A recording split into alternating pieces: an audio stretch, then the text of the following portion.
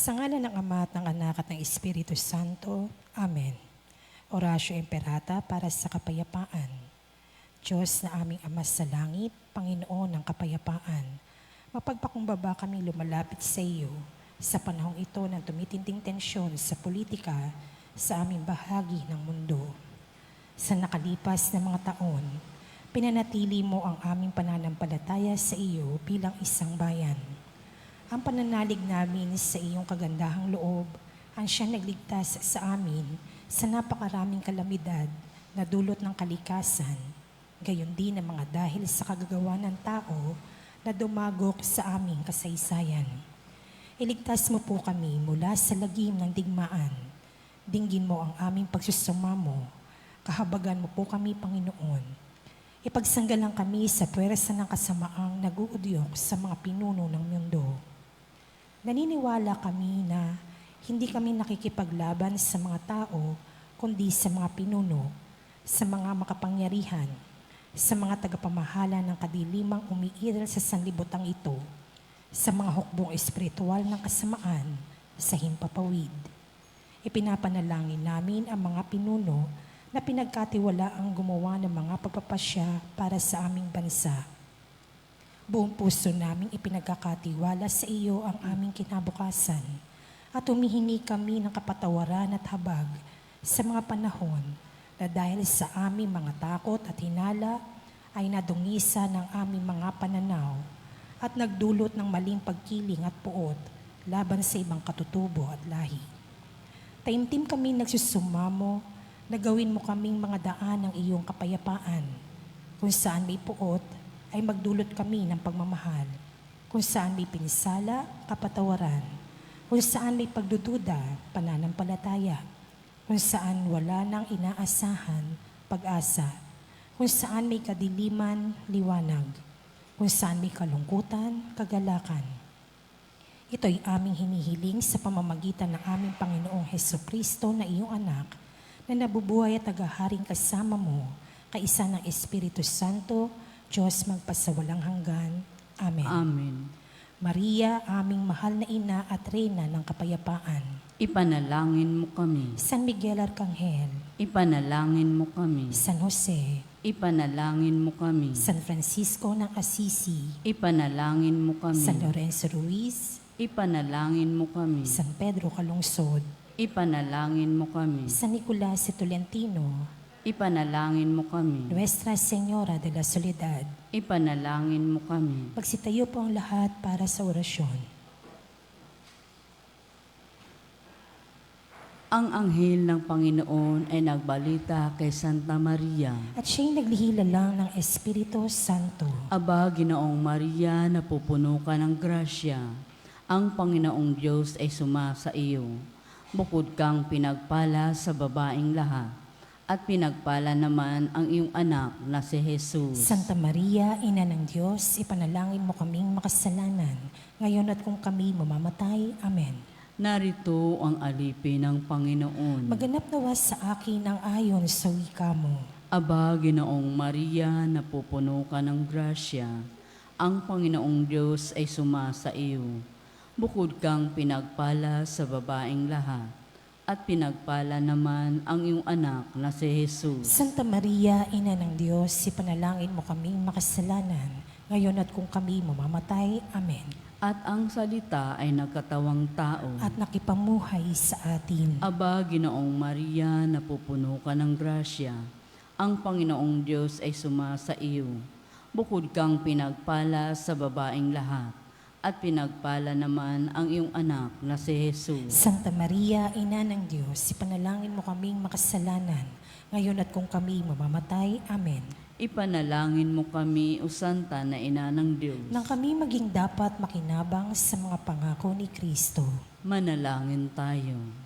Panginoon naming Diyos, kasiyahan mo nawa ang aming mga kaluluwa sa iyong mahal na grasya.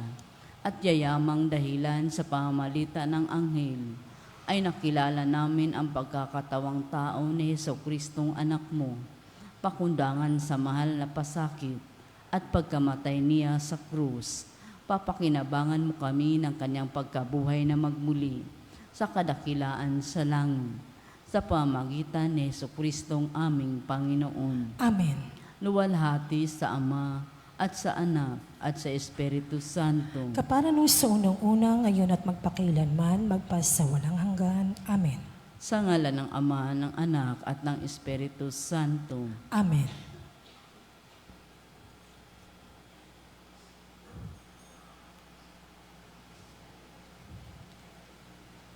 At ang mamumuno po sa ating banal na pagdiriwang ngayon ay ang ating pumbuting Kura Paroko, Reverendo Padre Douglas D. Badong.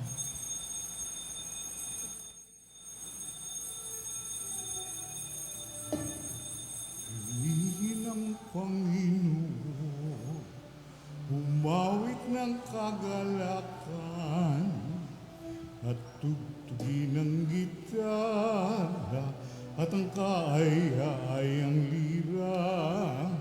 Ipan ninyo ang trumpeta, kaya Panginooy dinggin, ang landas niya'y tahakin, habang buhay ay purihin, kagandang loob niya sa atin. Purihin ang Panginoon, umawit ng kagalakan, at tugtugin ang gitara at ang kaaya-ayang lira. Ipan ninyo ang trumpeta, ipan ng trumpeta.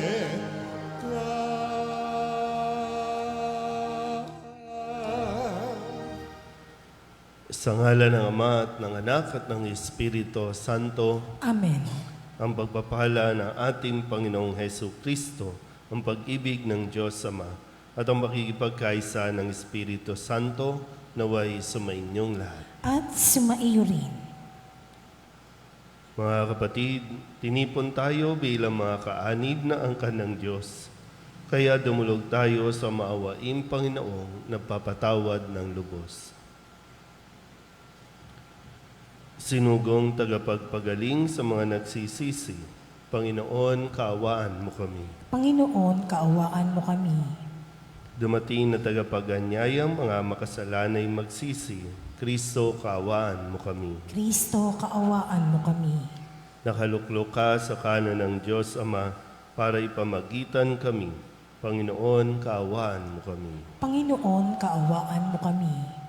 Kaawaan tayo ng makapangyarihang Diyos, patawarin tayo sa ating mga kasalanan at patnubayan tayo sa buhay na walang hanggan. Amen.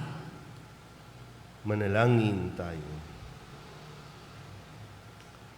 Ama naming lumikha, Ama naming makapangyarihan, nililingap mo ang mga walang inaasahan kundi ikaw. Hindi maidarangal at hindi magiging banal ang sinumang sa iyo'y napapawalay. Dagdagan mo ang iyong kagandahang loob sa amin upang sa iyong pamumuno at pangangasiwang magiliw, mapakinabangan namin ang mga biyaya mo sa lupa bilang pagkakamit na namin sa makalangit mong pagpapala. Sa pamamagitan ni Jesucristo, kasama ng Espiritu Santo, magpasawalang hanggan. Amen. Magsiupo po lahat.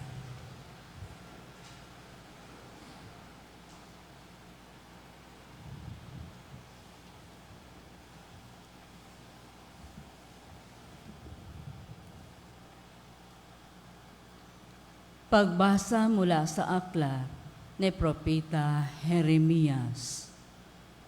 Nang pasimula ng paghahari sa Huda, si Joachim na anak ni Hosea, tumanggap si Jeremias ng pahayag mula sa Panginoon. Tumayo ka sa bulwagan ng templo at magsalita ka sa mga naninirahan sa lahat ng lungsod sa Huda na naparoon upang sumamba. Huwag kang maglilihim ng anuman, baka sakaling sila'y makinig at tumalikod sa kanilang masamang pamumuhay. Kung magkagayon, pahihinuhod ako at hindi ko na itutuloy ang parusang inihahanda ko sa kanila dahil sa masasamang ginagawa nila. Sasabihin ko sa kanila, sinasabi ng Panginoon, kung hindi kayo makikinig sa akin at kung hindi ninyo susundin ang mga utos ko sa inyo at di ninyo pakikinggan ang sinasabi ng propetang sinugo ko sa inyo, ang templong ito'y itutulad ko sa silong at gagamitin ng mga bansa ang pangalan ng lungsod na ito sa panunungayaw. Ang pahayag na ito ni Jeremias ay napakinggan ng mga saserdote, ng mga propeta at ng lahat ng taong nasa templo ng Panginoon. Pagkatapos ng magsalita, si Jeremias ay dinakip nila.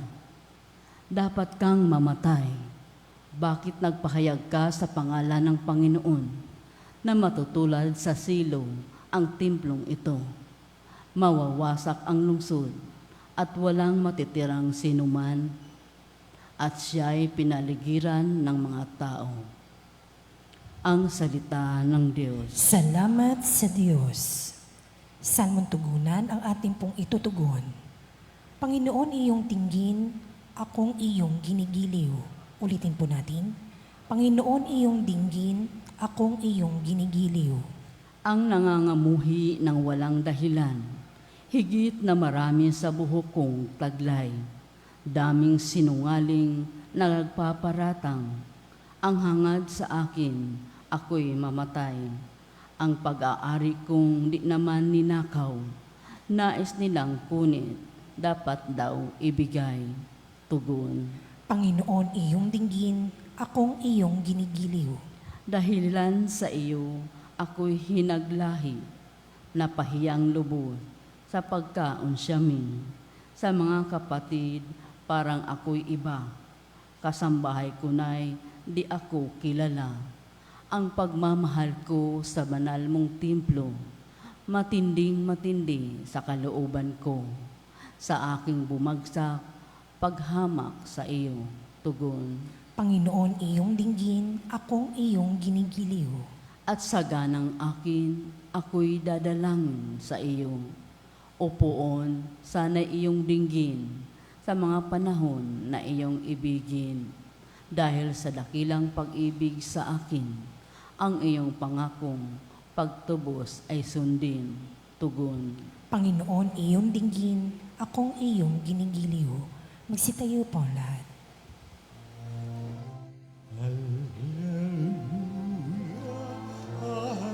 Hallelujah, wikay mo, o nakikinig ako sa iyong mga salita. Hallelujah, hallelujah, hallelujah.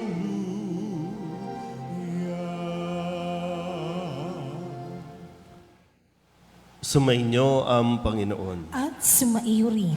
Ang mabuting balita ng Panginoon ayon kay San Mateo. Papuri sa iyo, Panginoon. Noong panahong iyon, umuwi si Jesus sa kanyang bayan at nagturo sa kanilang sinagoga. Nagtaka ang mga nakarinig sa kanya. Sabi nila, "Saan kumuha ng karunungan ang taong ito? Paano siya nakagagawa ng kababalaghan? Hindi ba ito ang anak ng karpentero? Hindi ba si Maria kanyang ina at sina Santiago, Jose, Simon at Judas ang kanyang mga kapatid na lalaki? At dito nakatira ang kanyang mga kapatid na babae, hindi ba? Saan niya natutunan ang lahat ng ito? At ayaw nilang kilanlin siya. Kaya't sinabi ni Jesus sa kanila, ang propeta ay iginagalang kahit saan, liban sa kanyang sariling bayan at sa kanyang sariling sambahayan. At dahil sa di nila pagsampalataya, hindi siya gumawa roon ng maraming kababalaghan. ang mabuting balita ng Panginoon. Pinupuri ka namin, Panginoong Heso Kristo.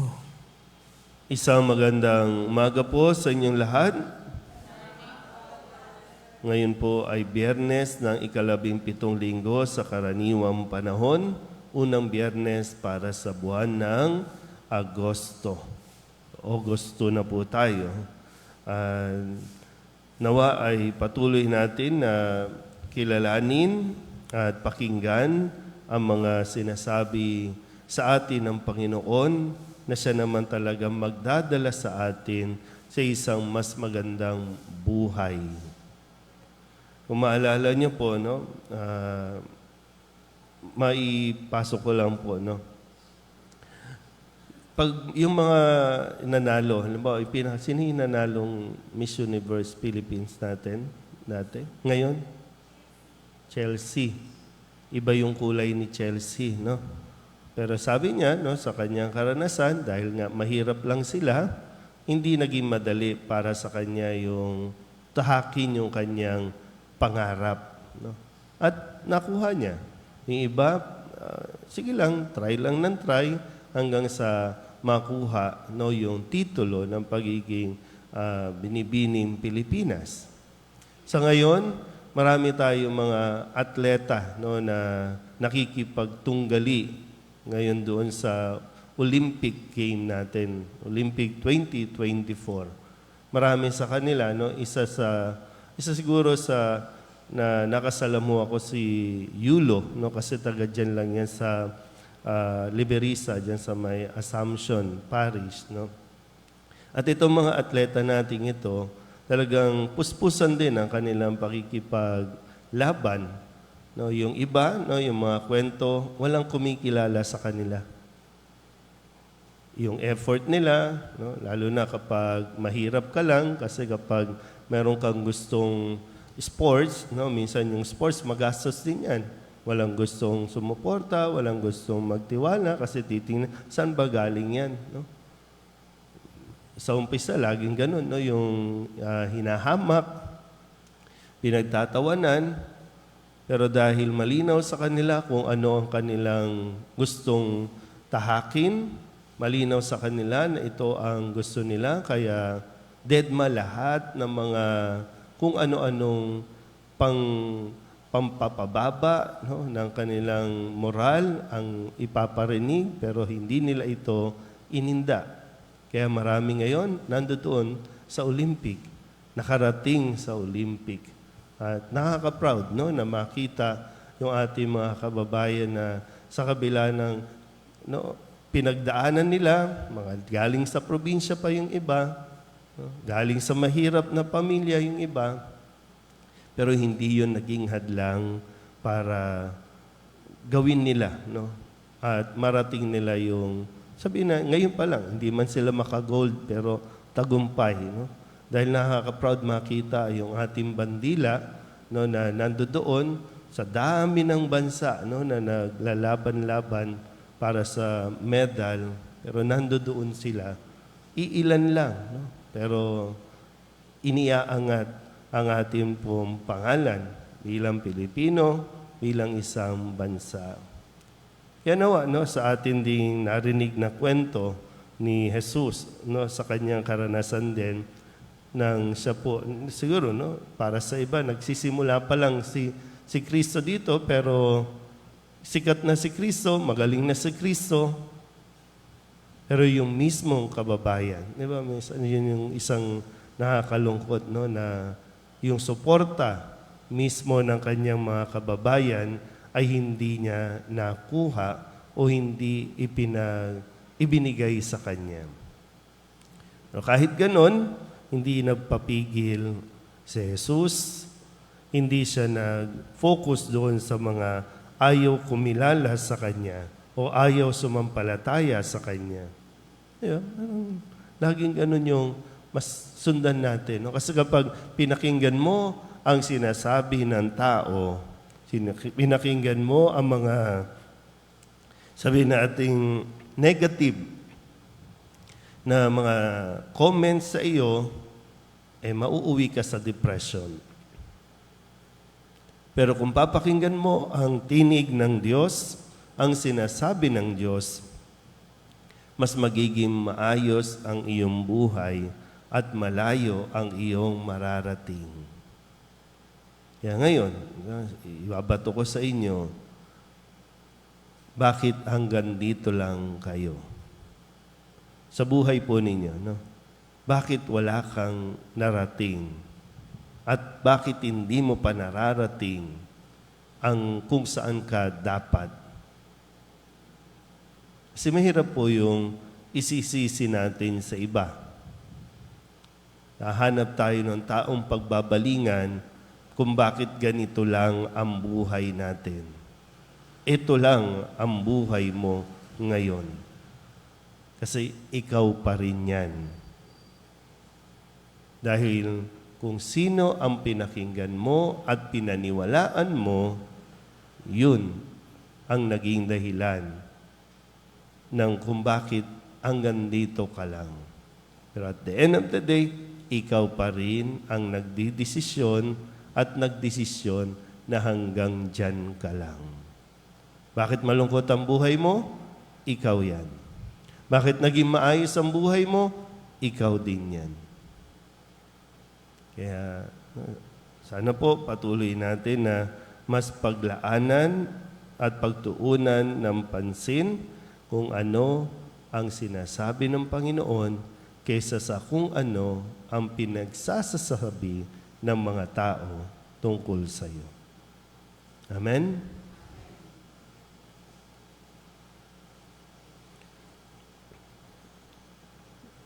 Tinanggihan si Jesus ng sarili niyang kababayan. May pananalig natin tanggapin siya bilang ating Panginoon at tagapagligtas. Ang ating pong itutugon, Panginoon, dinggin mo ang aming panalangin. Panginoon, dinggin mo ang aming panalangin.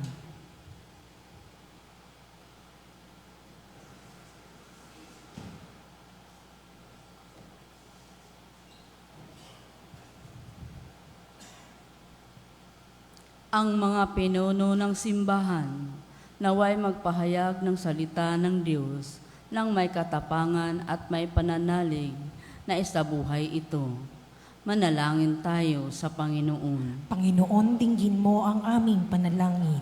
Tayo naway mapalakas sa maalab at walang takot na pagpapahayag ng mensahe ng Ebanghelyo sa ating tahanan at kapitbahay. Manalangin tayo sa Panginoon. Panginoon, dinggin mo ang aming panalangin. Ang mga misyonero, naway maging mapagtiis at huwag manghina ang kalooban sa paghahasik ng mensahe ng Diyos sa mga lugar na hindi pa tumatanggap nito. Manalangin tayo sa Panginoon. Panginoon, dinggin mo ang aming panalangin. Ang mga magulang ng may kapansanang mga anak, ang mga nag-aalaga sa matatanda, at lahat ng nagdurusa sa kanilang tahanan o sa ospital, naway maging mga tahimik na ehemplo at saksi sa pag-ibig ng Diyos. Manalangin tayo sa Panginoon. Panginoon, dinggin mo ang aming panalangin. Ang mga namimighati sa pagkawala ng kanilang mga mahal sa buhay, naway kalingain ng Diyos. Manalangin tayo sa Panginoon. Panginoon, dinggin mo ang aming panalangin. Upang mamayani ang kapayapaan sa Ukraine, sa Holy Land, at sa buong mundo, at ipag-adya nawa ang sangkatauhan sa karahasan, sa kasakiman, at pang-aabuso ng kapangyarihan na nagdudulot ng paghihirap at kamatayan sa marami.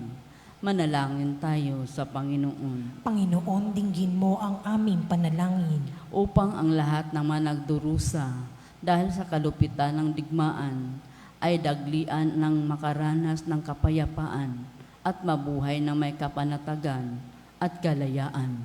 Manalangin tayo sa Panginoon. Panginoon, dinggin mo ang aming panalangin.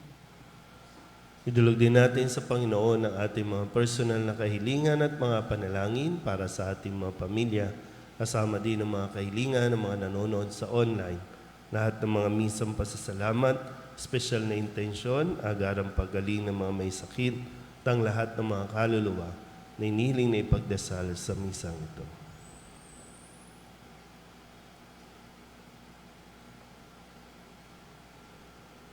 Ang lahat ng ito iniling namin sa ngalan ni Kristong aming Panginoon. Amen. Magsiupo po ang lahat.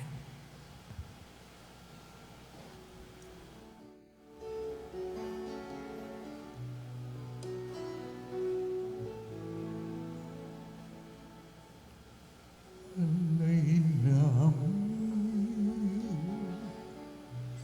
aming buhay. Bawat galak at lumbay,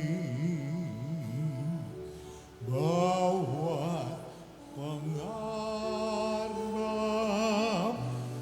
naming taglay, sa palad mo ilalagay.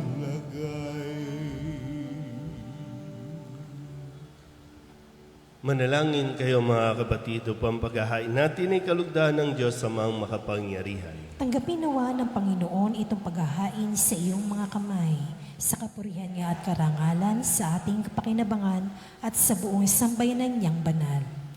Ama naming lumikha, tanggapin mo ang mga alay na sa iyo rin nagmula at ngayoy aming inihahanda sa iyong dambana upang sa aming ginaganap na pagdiriwang ang iyong paglingap ay magtaguyod sa tanan at magpabanal sa aming pamumuhay sa kasalukuyan at mag-akay sa amin sa ligayang walang katapusan.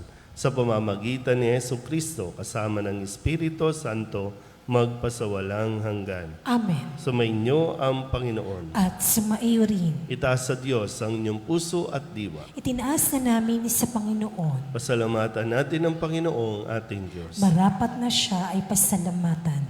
Ama naming makapangyarihan, tunay nga marapat na ikaw ay aming pasalamatan. Ikinalugod mong likain ang sanlibutan na iyong pinagbabago at idinarangal sa pamamagitan ng iyong anak na kinalulugdan. Kaya't utang na loob ng iyong mga itinatangi at ng mga banal na kapiling mong lagi ang iyong paggiliw at pagkakandili.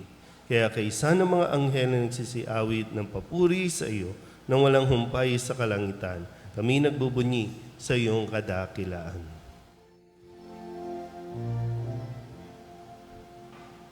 Santo, Santo, Santo, Panginoong Diyos na makapangyarihan, napupuno ang langit at lupa ng kaluwalhatian mo. O sana sa kaitaasan, pinagpala ang parito sa ngalan ng Panginoon. O sana sa kaitaasan. Ama naming banal, ikaw ang bukal ng tanang kabanalan. Kaya't sa pamamagitan ng iyong Espiritu, gawin mong banal ang kaloob na ito upang para sa aming maging katawan at dugo ng aming Panginoong Hesu Kristo. Bago niya pinagtiis ang kusang loob na maging handog, inawakan niya ang tinapay, inasalamatan kaniya, pinaghati-hati ni iyon, iniabot sa kanyang mga alagad at sinabi, tanggapin ninyong lahat ito at kanin, ito ang aking katawan na ihahandog para sa inyo.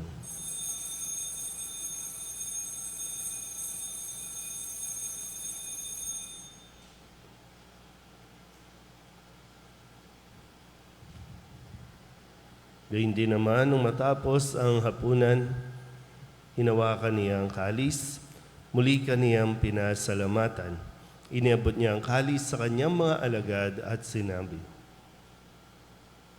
tanggapin ninyong lahat ito at inumin. Ito ang kalis ng aking dugo, ng bago at walang hanggan tipan, ang aking dugo na ibubuhos para sa inyo at para sa lahat, sa pagpapatawad ng mga kasalanan. Gawin niyo ito sa pag-alaala sa akin.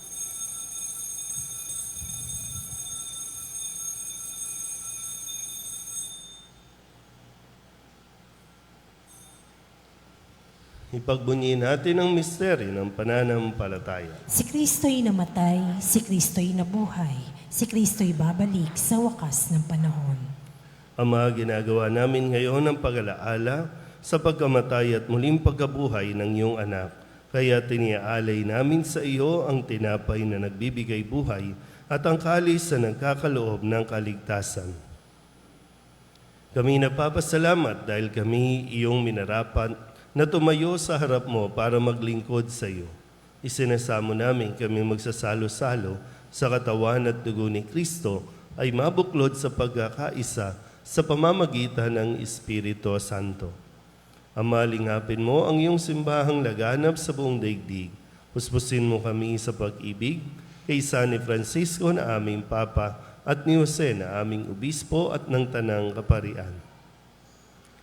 Alalahanin mo rin ang mga kapatid namin na himlay na may pag-asang sila'y muling mabubuhay, gayon din ang lahat ng mga pumanaw.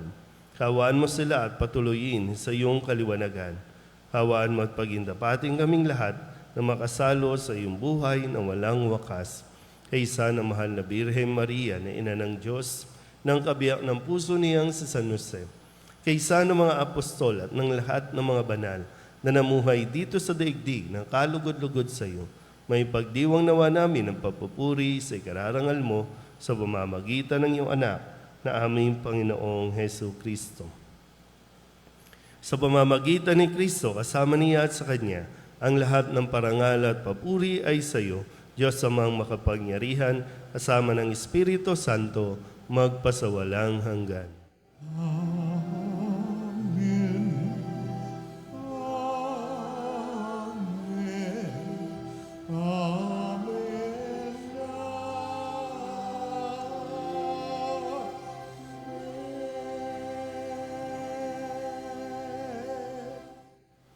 Sa tagubilin ng manakagagaling na utos at sa turo ni Jesus sa Panginoon natin at Diyos, ipahayag natin ang lakas loob.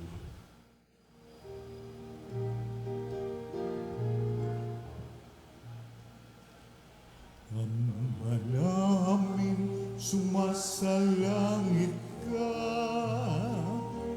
sambahin ang ngalan mo. Mapasa amin ang kaharian mo, sundin ang loob mo, dito sa lupa para nang sa langit. Bigyan mo kami ngayon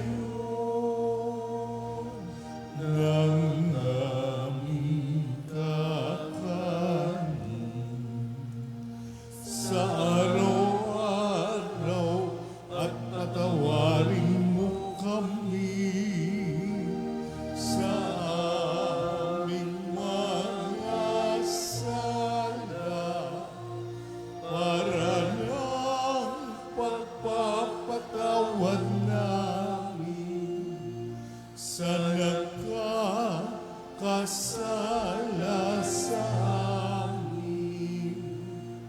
At huwag mo kaming ipahintulot sa tukso at iadya mo kami sa lahat ng masama.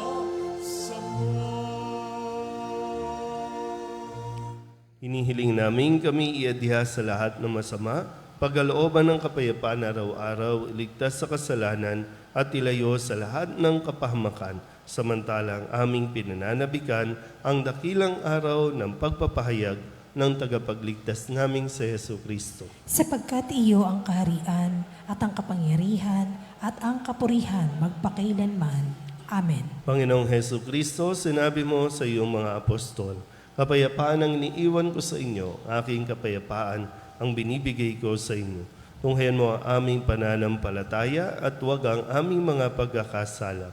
Pagkalooban mo kami ng kapayapaan at pagkakaisa ayon sa iyong kalooban, kasama ng Espiritu Santo, magpasawalang hanggan. Amen. Ang kapayapaan ng Panginoon ay laging sumainyo. At sumaiyo rin. Magbigayin po tayo ng kapayapaan sa isa't isa.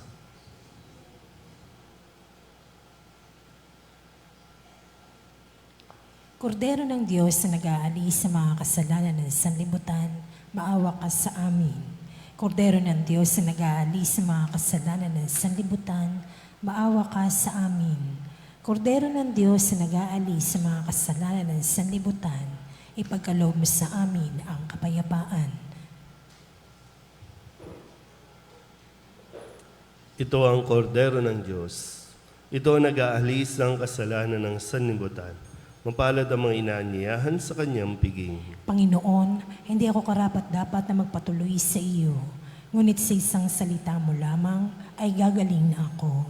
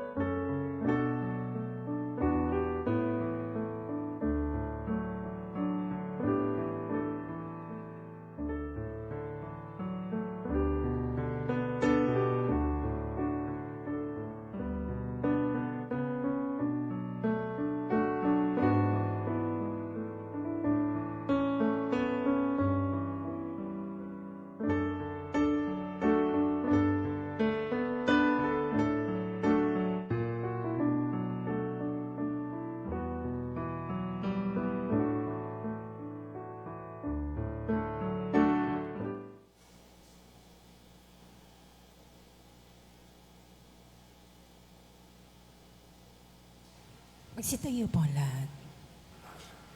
Manalangin tayo.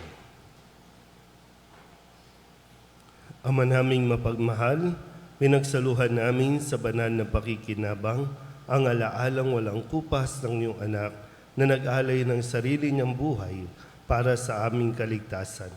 Ipagkaloob mong ito ay magdulot ng pag-unlad sa ipinamana niya sa aming pagliligtas bilang tagapamagitan kasama ng Espiritu Santo magpasawalang hanggan. Amen.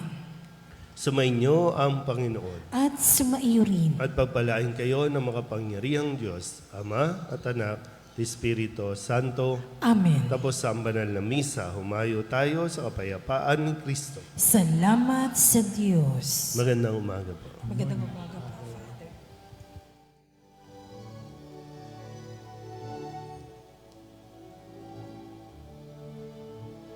Walang sinumanang namubuhay para sa sarili lamang.